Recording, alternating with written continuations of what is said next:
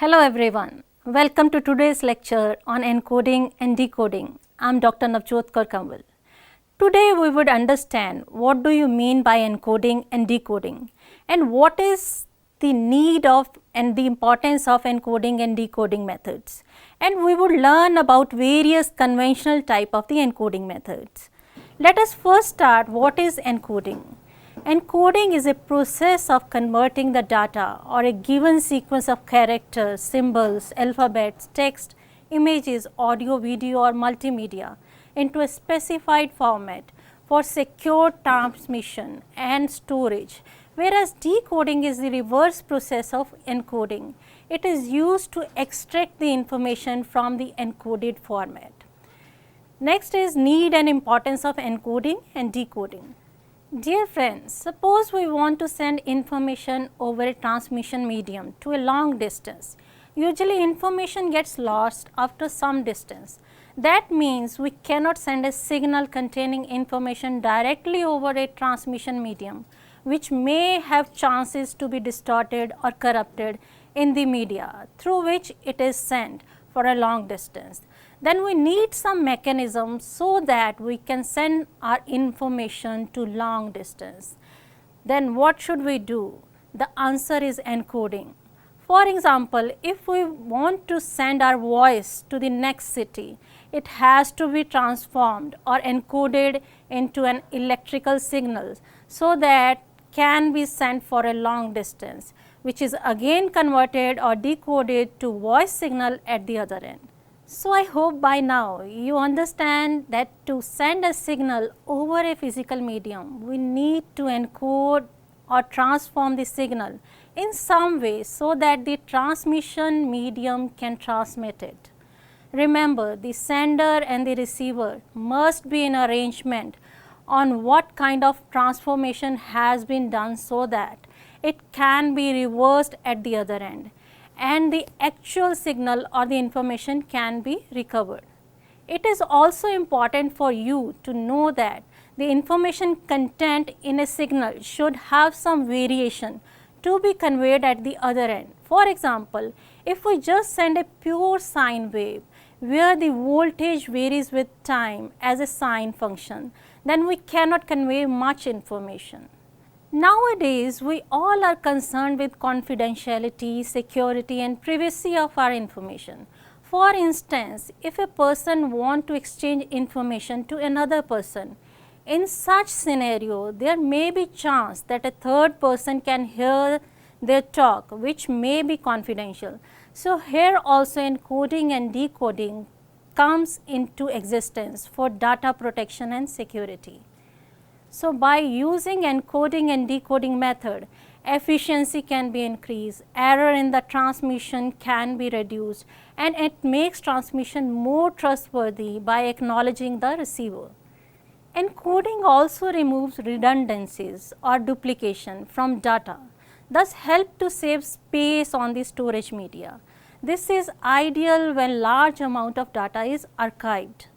Dear friends, other than data communication, encoding and decoding is also used for data processing, storage, compression and decompression, for networking, program compilation and execution. Mind it, encoding should not be confused with encryption.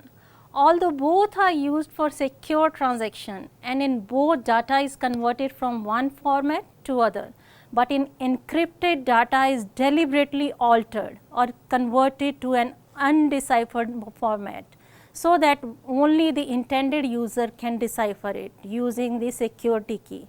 But encoding is done without deliberately concealing the content, where stream of data is converted into predefined code known to everyone. The word code refers to the group of bits used to provide a predictable pattern that can be recognized by both the sender and the receiver. Like for instance, in case of networking, encoding is the pattern of voltage or current used to represent 0 and 1 bits.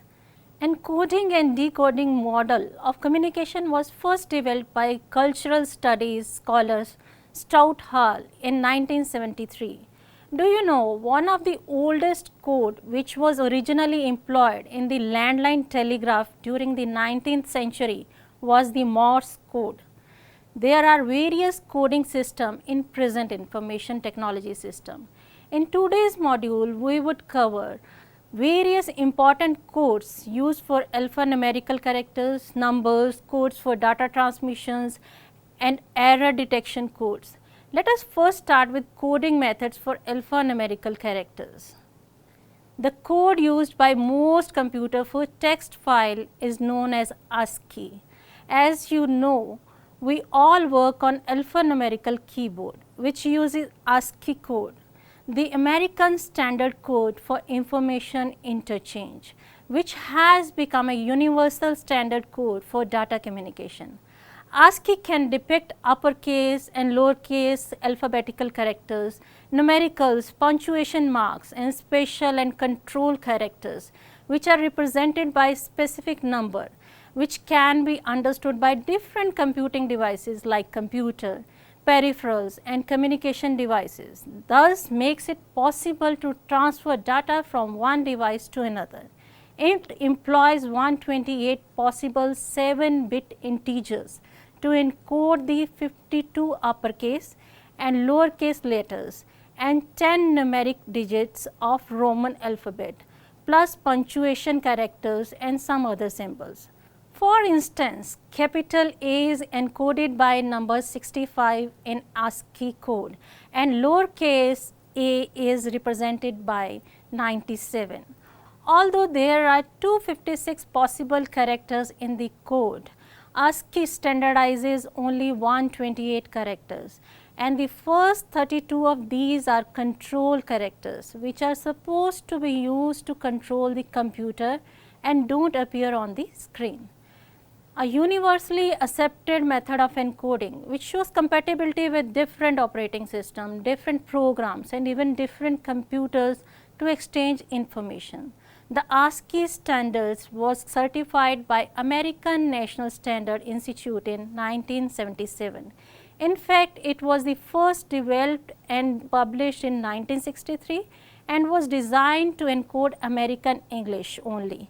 And since then it has undergone various revision, where ASCII 8 is the new version of ASCII, uses 8-bit code, so the code capacity is extended to 256 characters. Unicode, it is Universal Character Encoding Standard.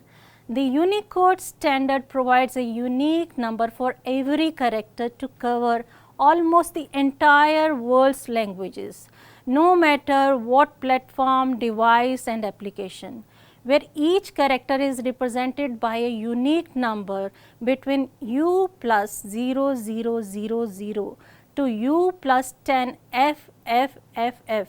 For example, U plus 0041 is Unicode representation of Latin capital letter A. A common type of Unicode format are Unicode Transformation Format or UTF-8, which utilizes 8-bit character encoding, and UTF-16, which encodes most common character as 2 bytes or 16-bit.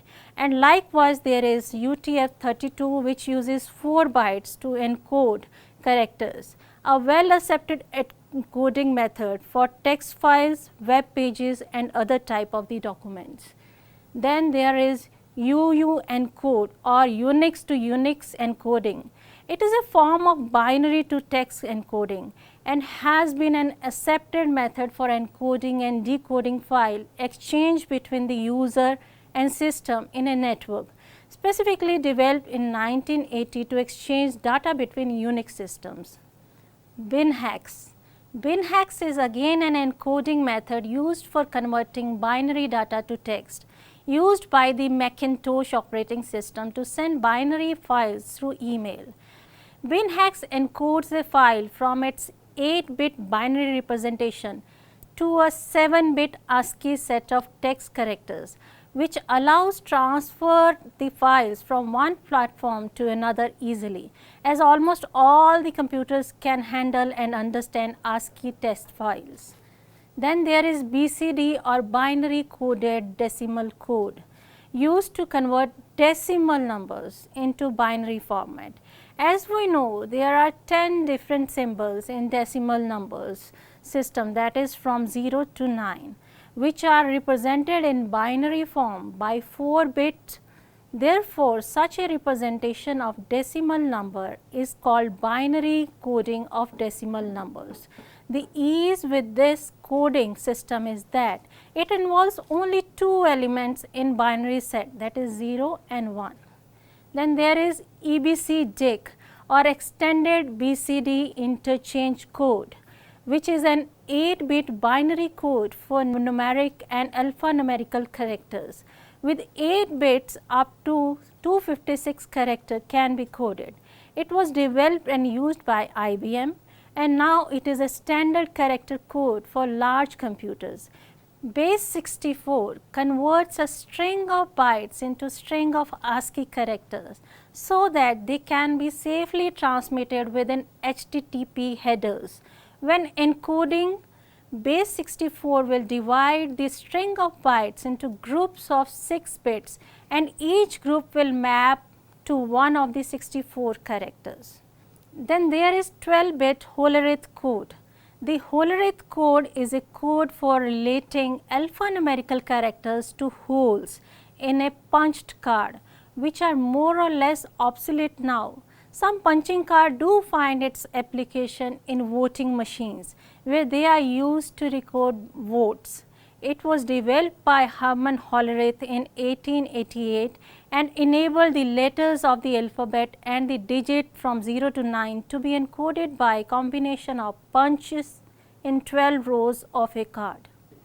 Let's now move on to the encoding and decoding for transmission of data over long distances. Dear friends, data or information is sent over long distance as signals over some transmission medium. For efficient transmission, we need to encode the signals in some way so that the transmission medium can transmit it to the destination.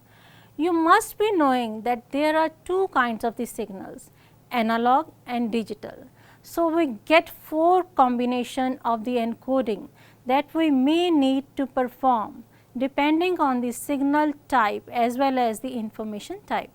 The 4 combination of encodings are analog to analog, analog to digital, digital to analog, and digital to digital.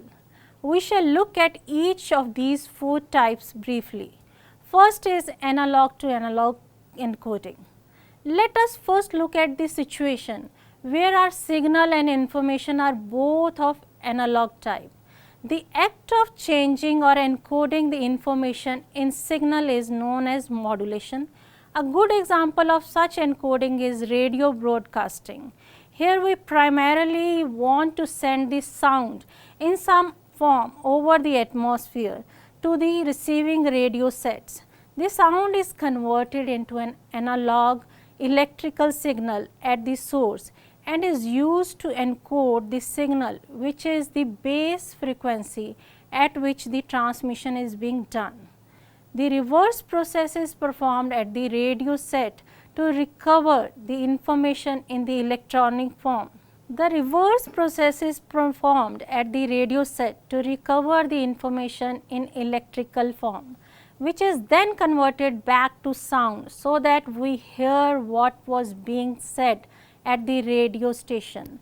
The example for analog to analog encoding techniques are amplitude modulation, frequency modulation, and phase modulation techniques. Now, next is analog to digital encoding. Dear friends, as we know that natural phenomena are analog in nature. For instance, the human sound, where the actual frequencies contained in the human sound is an analog signal. Likewise, the amplitude and loudness of the sound is also analogous. One example of coding analog data in digital form is when we want to record sound on digital media such as DVD or in other forms such as MP3 or as WAV file. Here the analog signal, that is the musical composition or the human voice, is encoded in digital form. While in case of analog to analog encoding, the main aim was to transmit the signal from long distance. Here the main reason is to be able to change the information itself to digital form. This process can be termed as digitization, which is done by pulse chord modulation or PCM and by pulse amplitude modulation or PAM. Then there is digital to analog encoding. Students, so far we have looked at the codification of analog data, where the source information could take up any value. We also have reverse type of encoding, where binary digital values have to be encoded into an analog signal, where only two distinct values are given as input. But here you need to realize that we have to be able to distinguish between successive digital values, like if there is ones in succession or two zeros in succession. One example where digital to analog encoding is needed is when we need to transmit between the computers over the telephone lines. The computers generate digital data, but the telephone system is analog. In this kind of encoding, one important factor of interest is the rate at which we can transfer bits. Clearly, there will be some kind of limit to the amount of information that we can send in a given time. This depends on the available bandwidth of the carrier signal, that is the variation that we can permit around the nominal frequency, as well as on the specific technique of encoding that we use. Example of digital to analog codings are ASK, that is amplitude shift keying, FSK frequency shift keying, PSK phase shift keying, QPSK, that is quadrature phase shift keying, and QAM, that is quadrature amplitude modulation. Then there is finally digital to digital encoding. Dear student, let us have a look at the last combination of encoding possible from digital to digital signals. A simple example is when sending data from a computer to a printer, both of which understand the digital signal. The transmission has to be for short distance over the printer cable and occur as a series of digital pulses. Another example of such encoding is for transmission over local area network, such as on Ethernet, where the communication is between computer and the computer. In this type of transmission, either voltage or current is used to represent the ones and zeros of the digital signals on the transmission link. Common type of line encoding method used in data communication are unipolar line encoding, polar line encoding, bipolar line encoding, and Manchester line encoding. Let us move on to the data compression encoding. For data transmission, compression can be performed, which is a process of encoding information using fewer bits than the original representation. Compression can be either lossy or lossless, where lossy compression reduces the bits. Example is Huffman coding. Then there is error detection coding. Dear friends, when we transmit data from one place to other through a transmission media, even after taking all the measure, it is hard to avoid the errors. So, the best way is to encode the data in such a manner that error could be detected or corrected or minimized. Encoding which is used for such purpose is error detection coding, which involves adding a special code bit to a data. The extra bit called as the parity bit would help in detection of error. For example, S is represented as 1010011 in ASCII. We go for odd parity, means we add 1. So, now there is a total of 5 ones. If we receive even number of ones, that means error has occurred. This method is considered good for single error, but not for 2 bits. Then another error detection coding is gray code. There are many applications where it is desirable that the adjacent codes differ on only 1 bit, therefore called as the unit distant code, where gray code is the most popular example of unit distance code. Since gray code have reflective properties, they are used in encoders, altimeters of an aircraft due to their error detection and unit distance property. So dear student, this is all from our encoding and decoding formats module. As we learn different type of the encoding and decoding formats which are used for encoding alphanumerical characters to transmit data over a long distance for compression and for error detection. Hope this module will help you in learning these encoding and decoding formats. I hope you enjoyed the session. Meet you in the next module. Goodbye.